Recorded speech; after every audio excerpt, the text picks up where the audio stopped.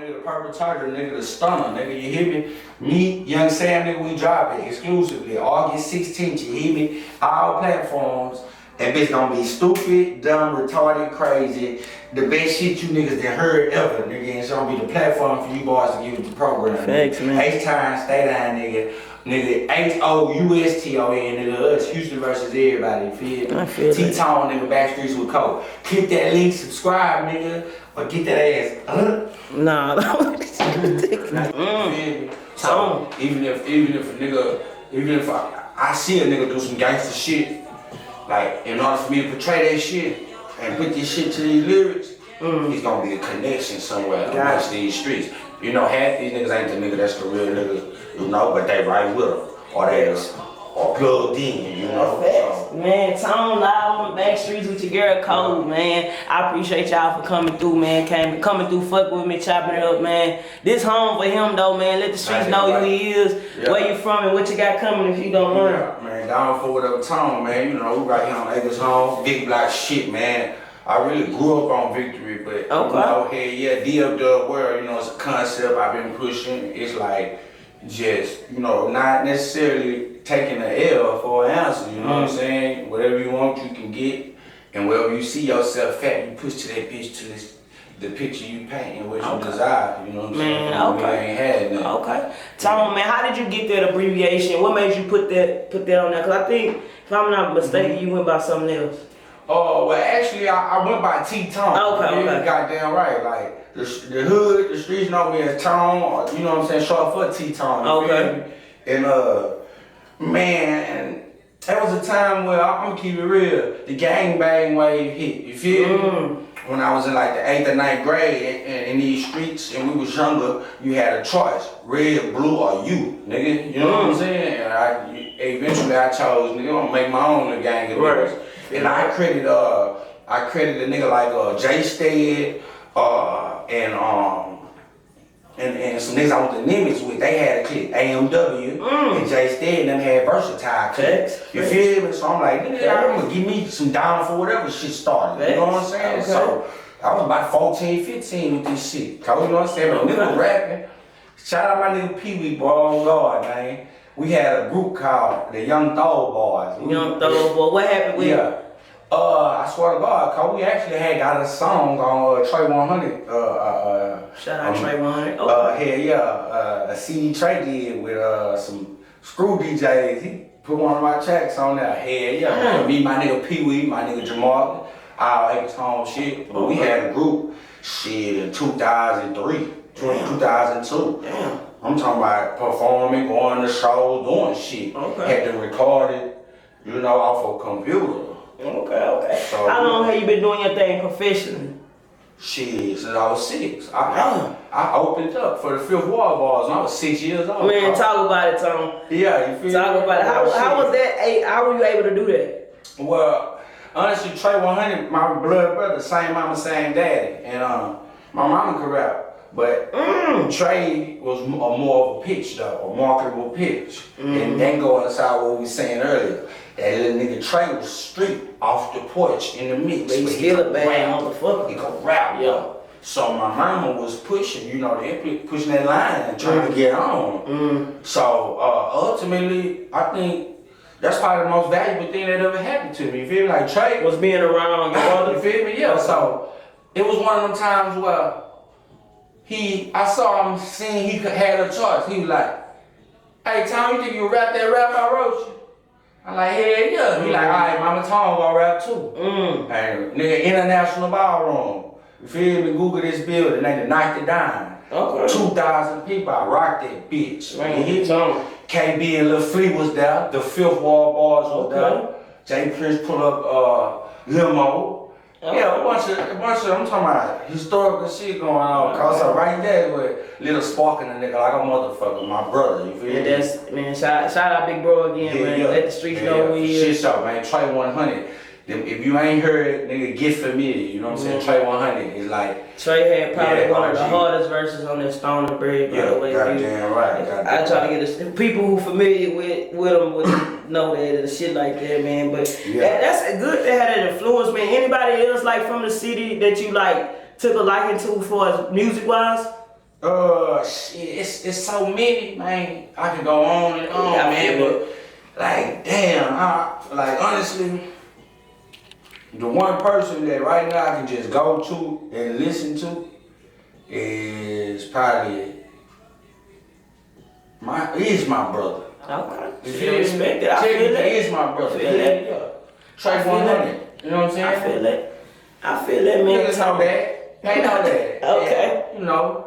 It is it's what coming it is. around. Yeah. It is what it is. Yeah, Trey got a but and then like I got access to his catalog. So you got the advantage. Yeah, man.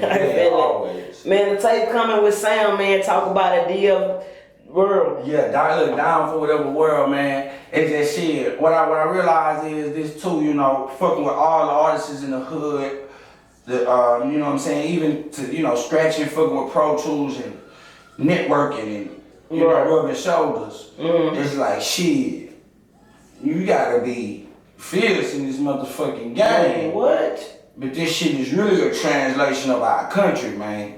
You know, and like, niggas see the streets, but nigga, when you catch a case, and that motherfucking case say, you versus the state, not you versus the nigga across the street, it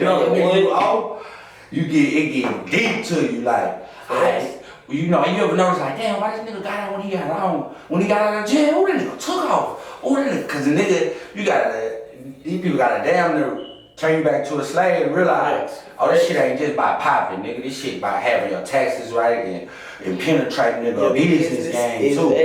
You feel me? Exactly. Yeah, so, you know, with that I can do anything mentality, man, it ain't just a fucking ghost mind either, though. You gotta implicate, learn shit, catch on to shit. You know what I'm saying?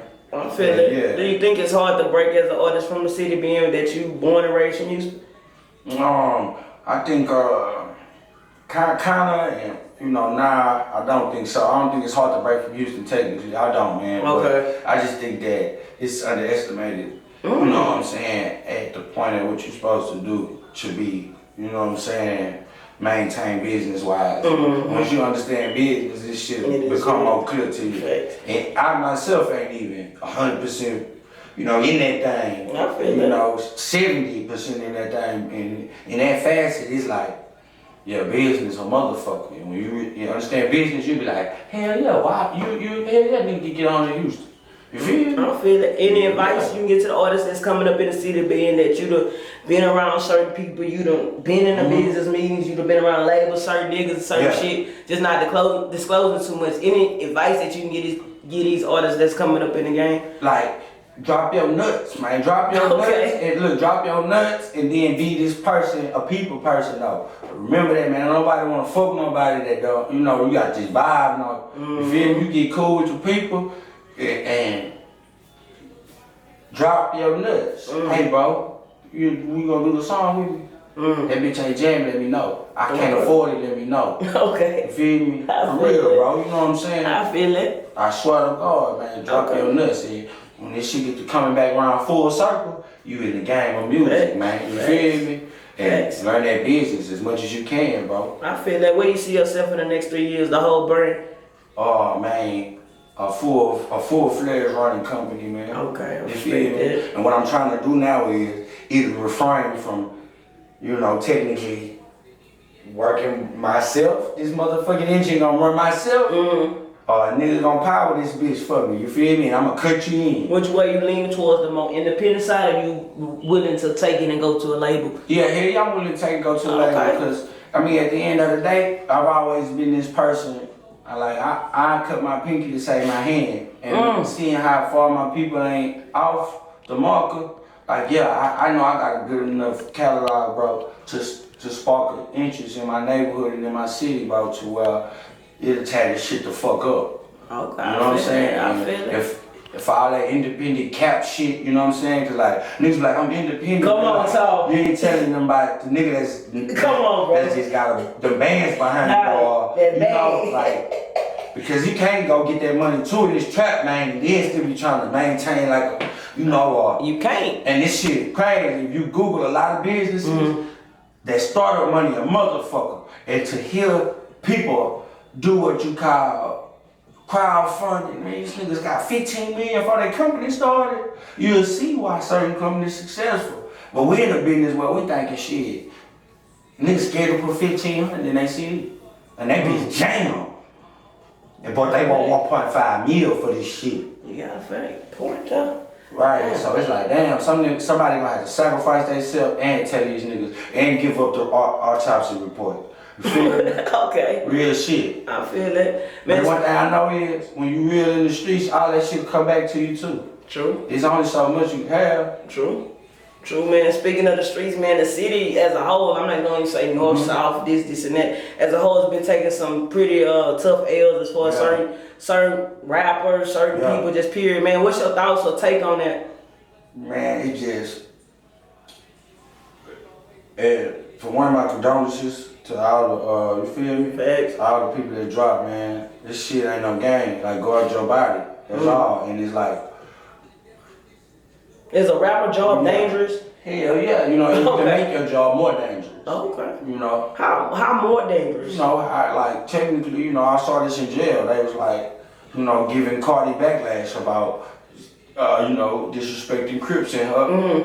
That fast, you know. There's somebody up the street, bro, that's gonna come see about that. True, they don't care because you caught it. Yeah, right. So ultimately, if you ain't, you know, second guessing that or considering that, you ain't even street. Or you don't care about you care about that type shit. You know, there's some niggas out here like that. True. You know, technically, so this shit chestnut checkers and it's just, facts. you know, apply them same rules you was.